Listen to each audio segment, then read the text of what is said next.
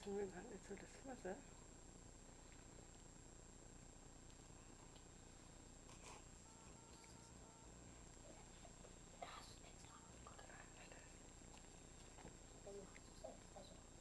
Ne, das ist schon fast ein bisschen untergegangen.